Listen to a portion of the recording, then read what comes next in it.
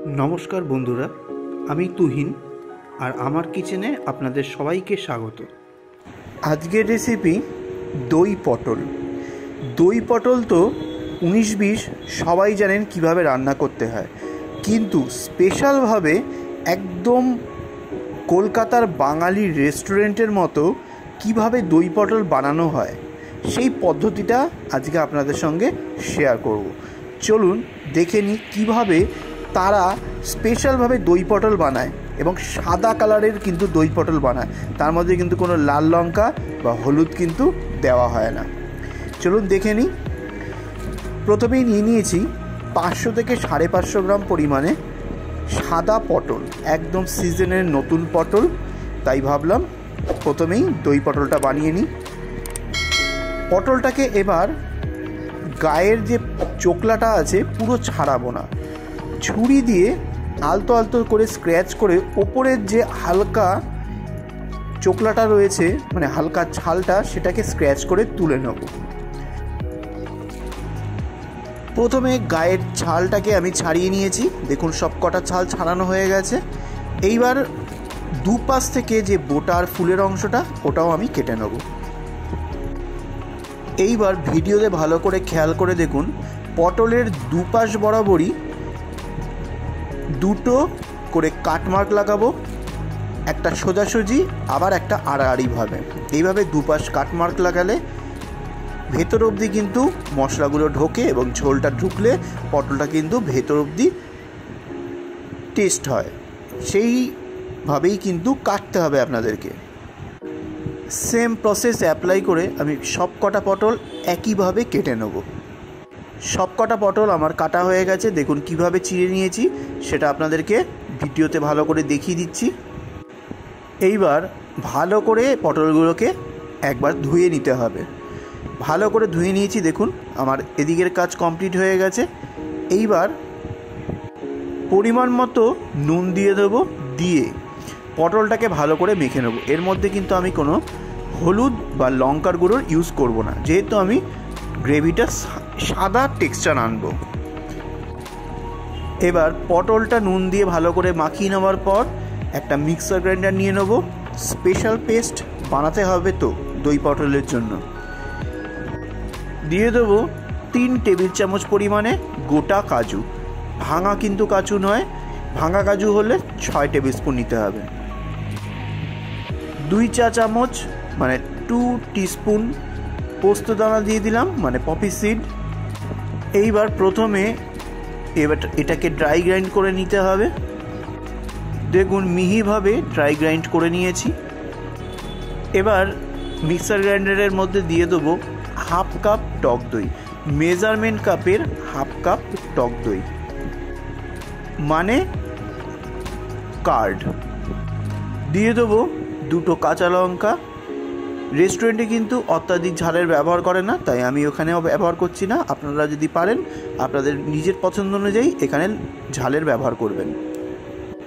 এবার দিয়ে দেবো স্বাদ অনুযায়ী চিনির গুঁড়ো, sugar powder as per your test. দিয়ে দেবো 1 চা চামচ জিরের গুঁড়ো, অ্যাড 1 টিস্পুন কিউমিন পাউডার। এবার এই মিক্সচারটার একটা পেস্ট বানিয়ে নিতে হবে মিহি করে।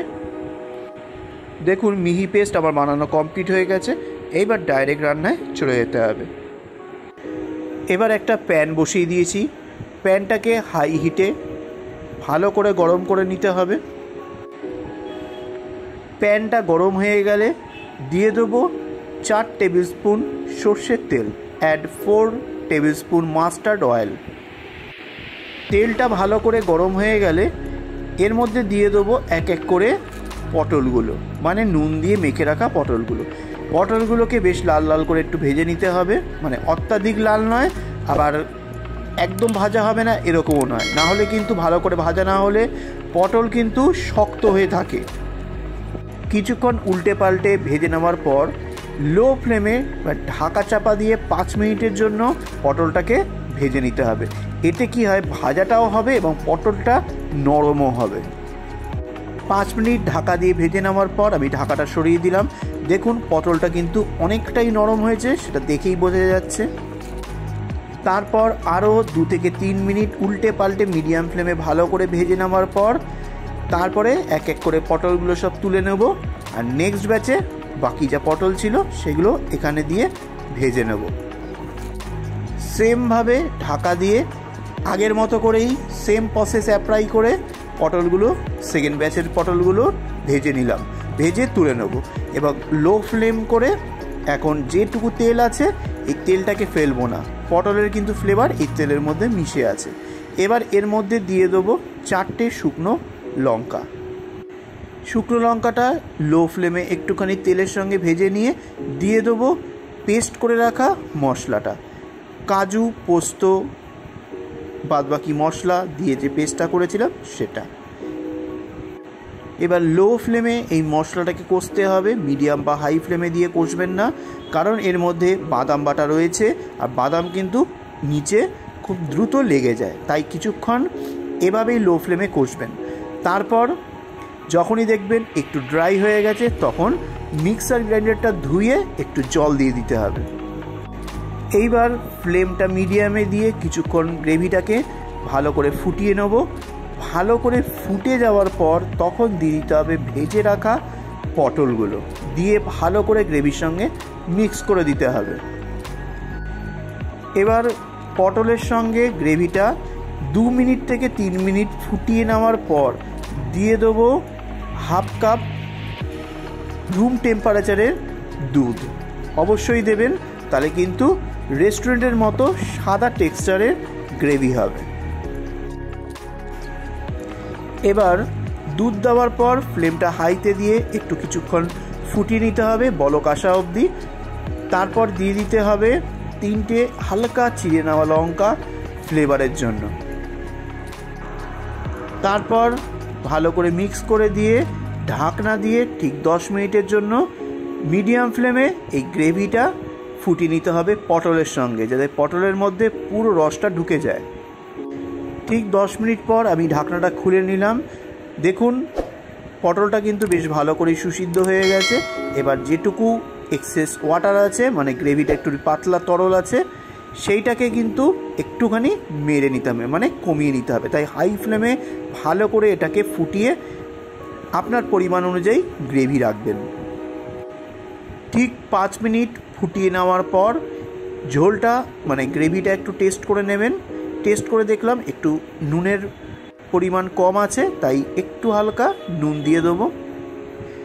যেহেতু এটা দই পটল, এর মধ্যে কিন্তু নুনের পরিমাণটা অত্যাধিক হলে কিন্তু ভালো লাগবে না, একটু হালকা টক মিষ্টি বেশি ভালো লাগে। তারপর দিয়ে দেবো হালকা ওপর থেকে একটুখানি গরম মশলা।